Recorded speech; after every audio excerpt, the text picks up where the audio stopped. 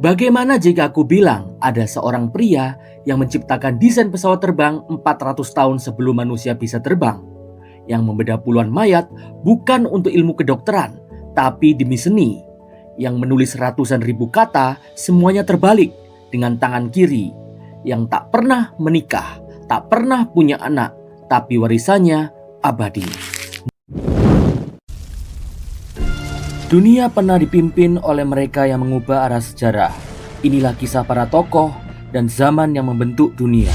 Selamat datang di Layar Zaman.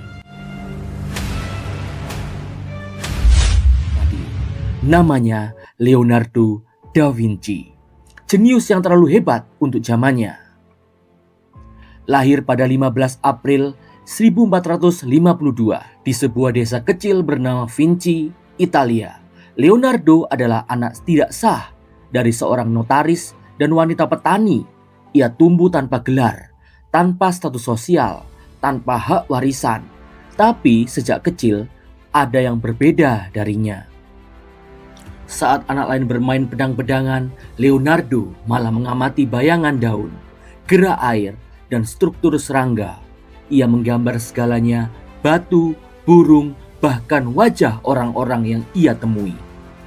Di usia remaja, Leonardo dikirim ke Florence, kota seni. Ia magang di studio Andrea del Verrocchio, seniman besar saat itu.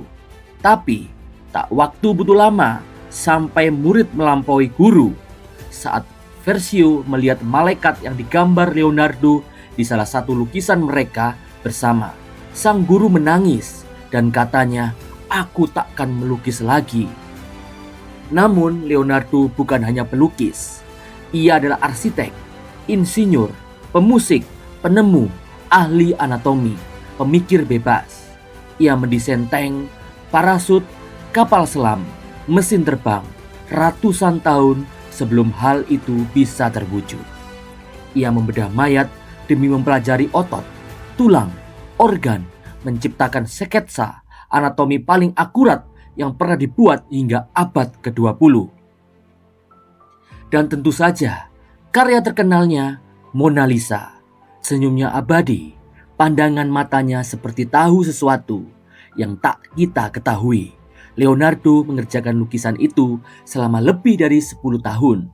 Ia menyempurnakan teknik Sumato, membuat warna dan bayangan begitu halus sehingga seperti kabut. Anehnya, ia tak pernah menyerahkan lukisan itu ke pemesan. Ia membawanya kemana-mana hingga akhir hidupnya. Lukisan terkenalnya yang lain, The Last Supper, di Milan, dikerjakan dengan teknik baru yang sayangnya cepat rusak. Lukisan itu mulai mengelupas kurang dari 20 tahun setelah dibuat. Tapi esensi karyanya tetap hidup. Emosi, ekspresi, dan dinamika para rasul yang belum pernah terlihat sebelumnya. Leonardo melukis lebih dari 13.000 halaman catatan, ditulis dengan tangan kiri, terbalik seperti cermin. Beberapa percaya itu demi privasi, yang lain bilang itu hanya lebih alami baginya. Dalam jurnalnya, ia menulis segalanya. Observasi awan, desain jembatan, penelitian air terjun, studi tentang burung terbang, sampai gagasan tentang manusia sebagai mesin. Tapi yang paling mengejutkan, hampir semua penemuannya tidak dipublikasikan saat hidup. Catatan itu baru ditemukan berabad-abad kemudian.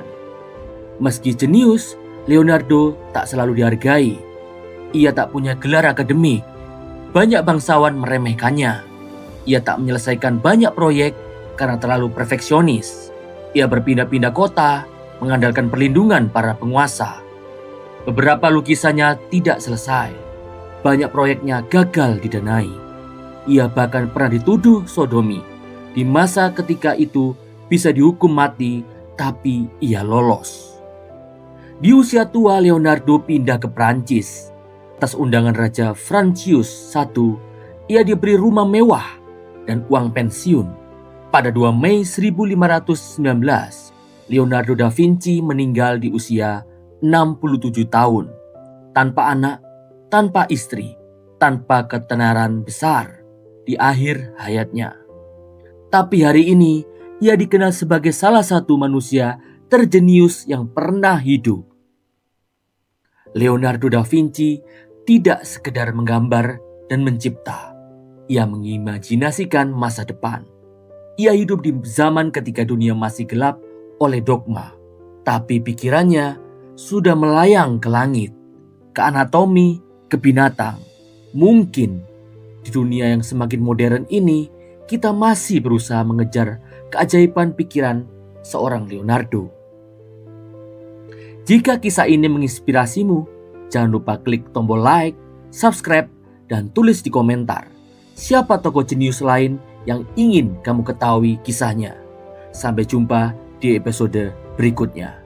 Karena sejarah tak pernah membosankan. Layar Zaman.